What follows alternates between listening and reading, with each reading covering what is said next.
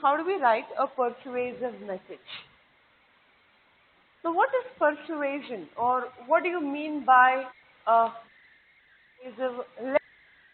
Persuasion is the process of motivating someone to take a specific action or to support a particular idea. Persuasion is necessary when the other person initially resists your efforts. So it's a process of motivating someone to take a specific action. Now, when there is a need to motivate the other person,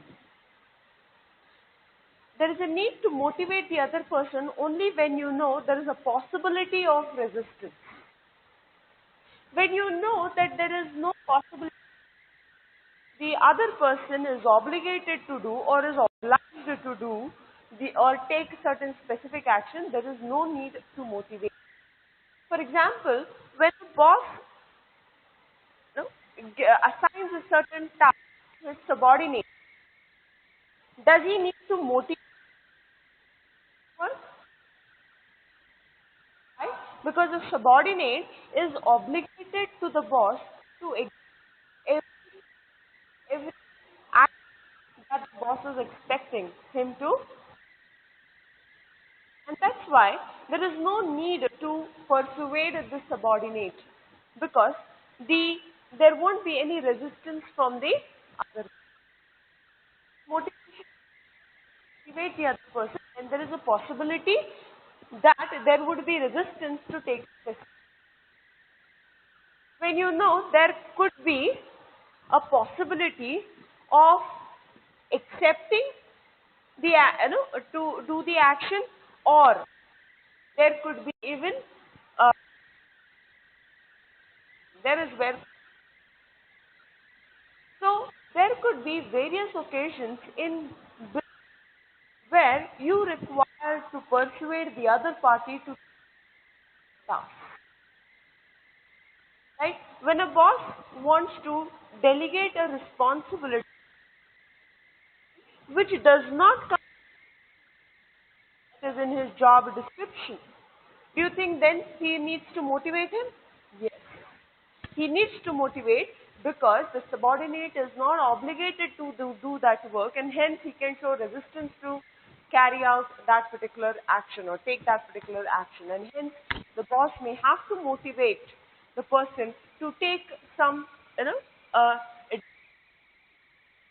required. So that's what means by persuasion. So persuasion is necessary when the other person initially resists your effort, and that's where you have to motivate. Another example is sales work. Now, when a is the customer obligated to buy the product?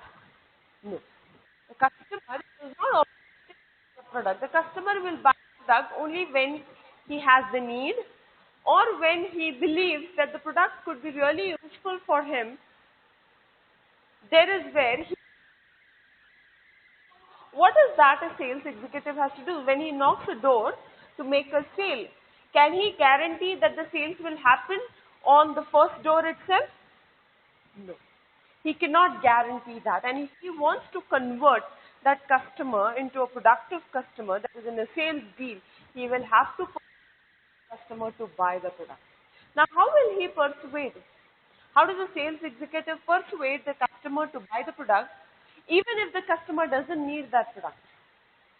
It is when he creates the awareness of how good the product is, how useful the product is, what are the benefits that he would receive, right? What is the advantage that he would have by buying this product? Only when the customer is convinced that even if I don't have a need, but this product is really good, which could be beneficial, which could benefit him, or which could have. There is where persuasion is a very important that a sales the ability to persuade. So there are various cases where business may have to write persuasive letters, persuasive messages. So how do you, is what we will see in this session. So what do you need to do while writing a persuasive message? Like as I've been telling you, the first thing that you should do for any type of a writing in business is analyze the purpose. Because only when you're clear with the purpose, you will be able to put your ideas onto of how exactly a message has to be written, depending on the. You will be able to link, thoughts your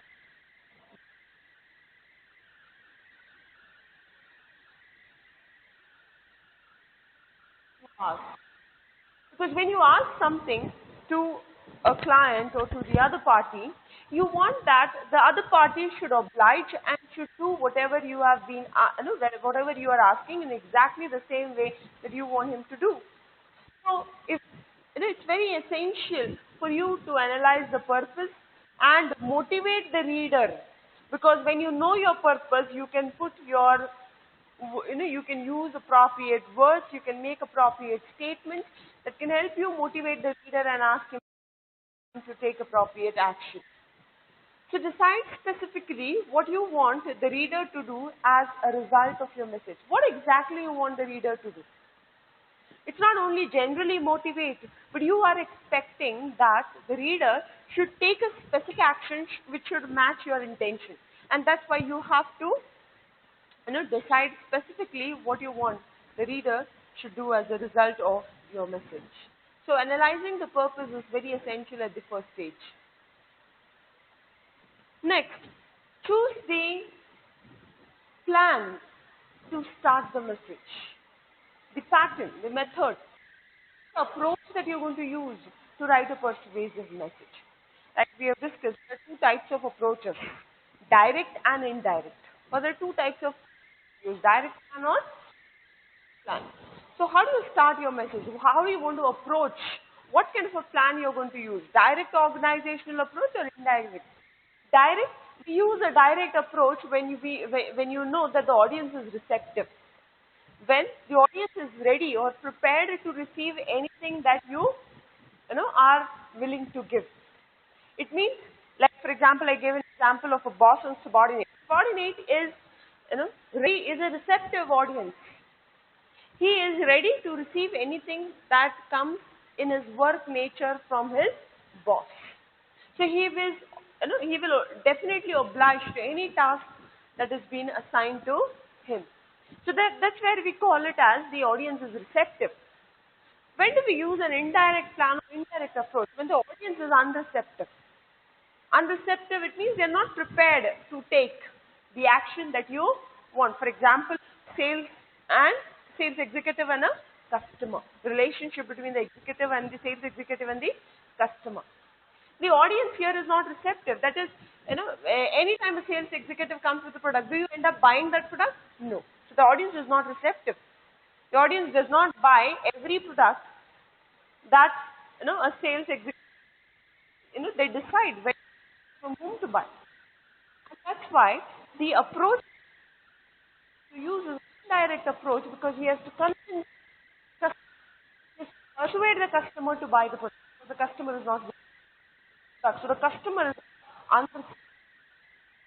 So you choose a plan or choose an approach to start your message, depending on the purpose.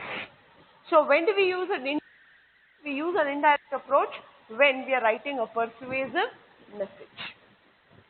Create interest and justify your request. Create interest and justify your request is, how do you create an interest in the reader that he should be able to take up your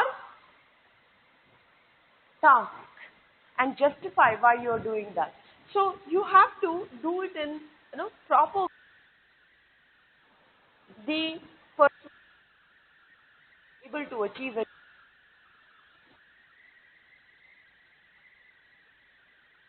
When writing to superiors, when you know superiors will is a receptive audience, right? Between a superior and a subordinate, both are receptive audience. When a subordinate communicates to a superior, superior is willing to listen, and when superior communicates it to the subordinate is supposed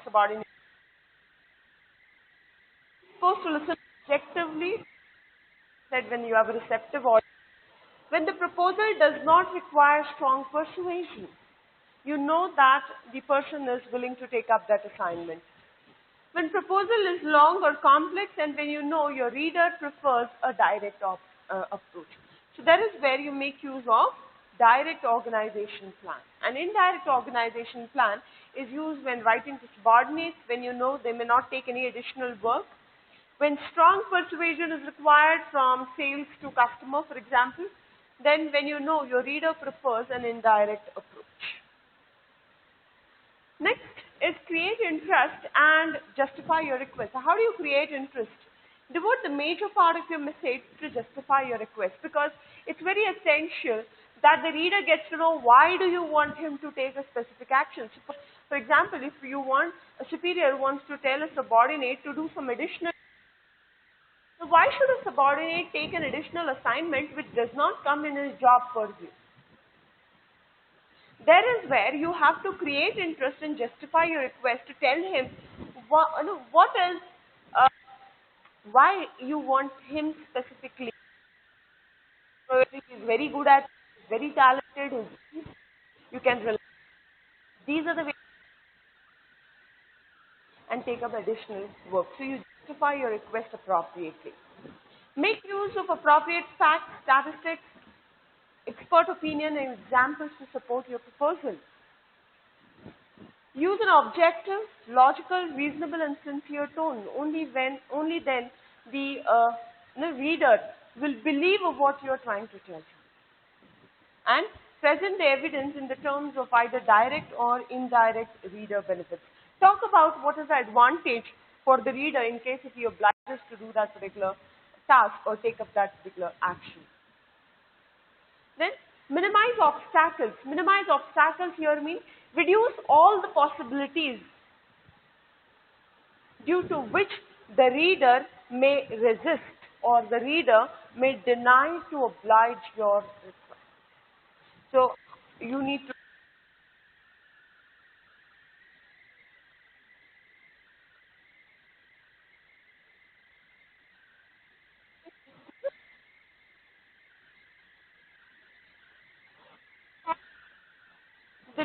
discuss obstacles by position and amount of space devoted to the topic. For example, if you want your subordinate to take up an additional task, no doubt there are a lot of obstacles. Obstacles could be he is working on some other projects which have a deadline, because of which, though he is willing to do that particular task, though he is very good at it, he may not be willing to take it up because he has certain other assignments which he has to complete in that deadline. So how will you reduce this obstacle? How can you? You can propose that you will bargain a few, some duration or timeline to complete those projects, but request him to work on this because this is urgent. He would have an advantage of working on this assignment because this assignment is a very, very important assignment, and he could fight for completion of that task. So you're showing him there is some benefit, there is some advantage. At the same time, you're able to reduce this obstacle because of which he may resist to take up that action. So that's what you can do while minimizing obstacles. Then ask for confidently, an action. What is that? State the specific request late in the message after most of the benefits have been discussed. Make the desired action very clear and easy for the reader to take. Use a confident tone, do not apologize and do not supply excuses. End on a forward-looking note, continuing to stress reader benefits. Action is very essential because the reader should be very clear of what exactly you're looking for. In this particular action, you're not supposed to apologize or you're not supposed to beg for the reader to, oblige to your request. Be very confident, make use of a very confident tone, apologize, do not apologize and make, or give any excuses for not doing anything, but be very clear in what you're, and always end it on a positive note. So the structuring of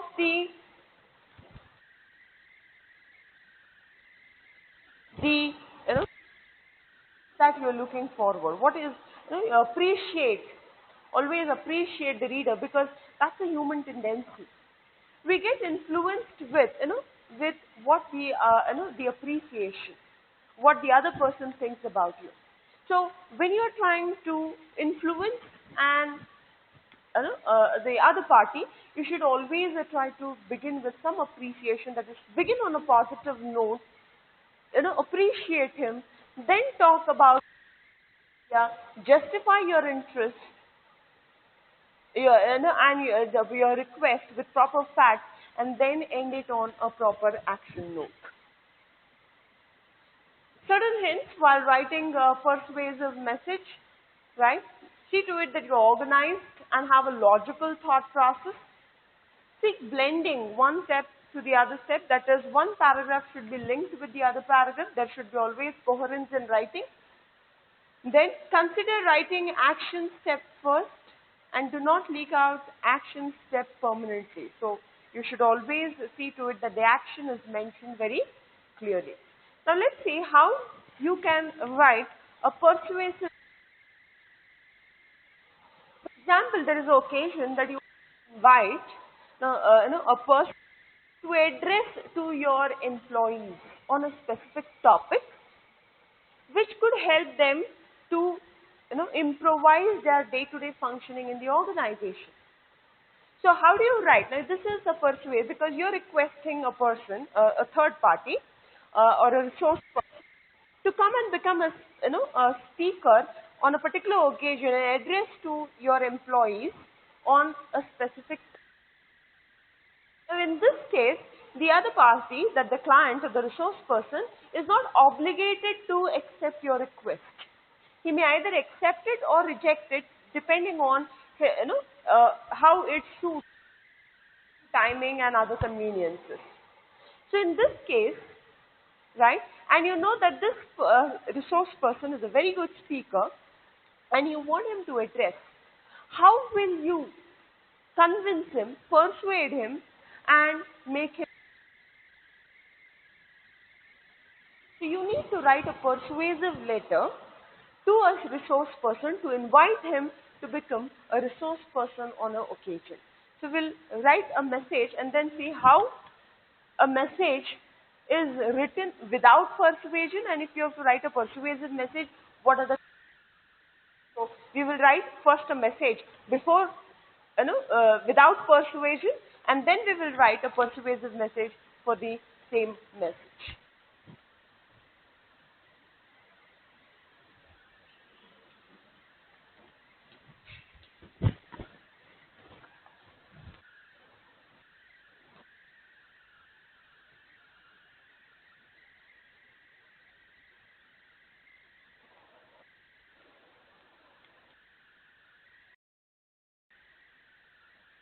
So the first thing that we will do, the first message that we will write is a simple message, a message without persuasion. So like I have described you the occasion is to invite a resource person to speak on a particular topic.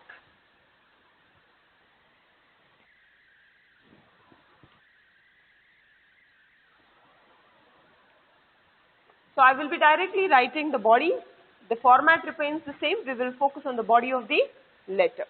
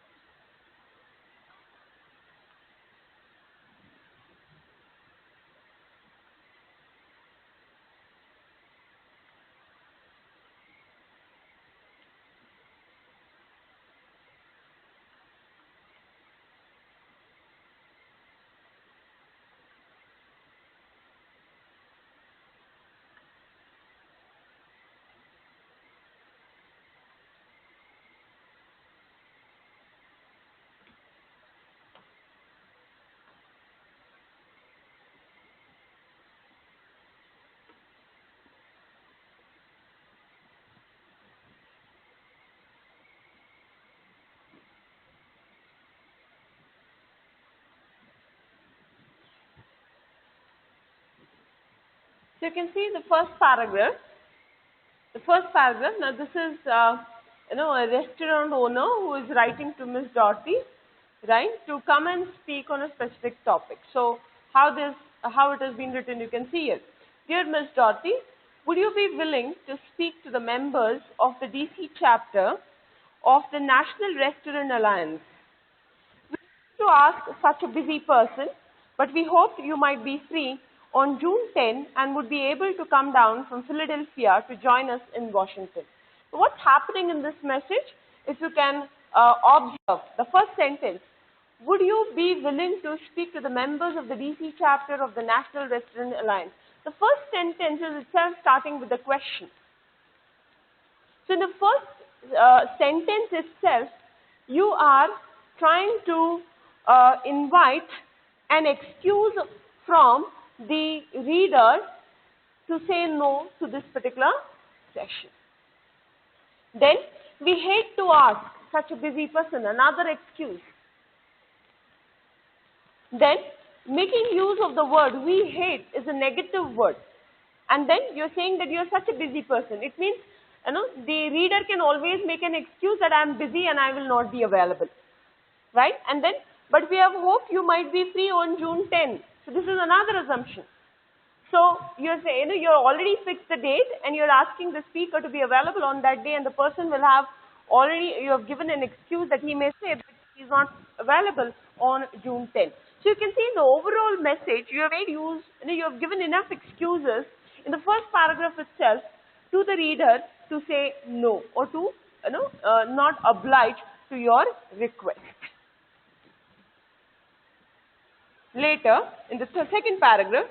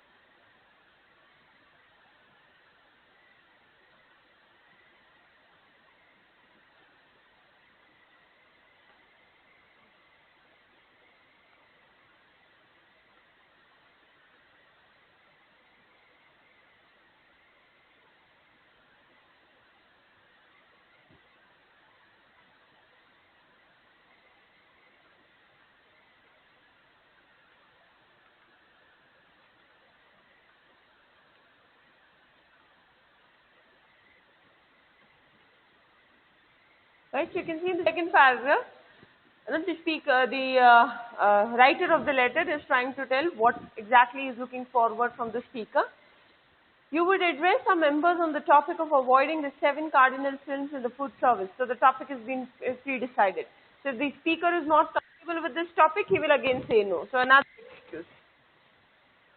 Then, this is a topic we understand you presented at your local chapter with some success. You are trying to say that, you had some success. Now, you're not appreciating, but you are again saying that you had, some success. Although we can offer you only a $200 honorarium, we will also include dinner as if it's a freebie. So you're saying that we can only offer you this much. So if you're looking for something more, you need not oblige. So you're again making an excuse. So there is no reader benefit being given to oblige to this particular request. Another negative point of writing a persuasive message. You can see the action paragraph.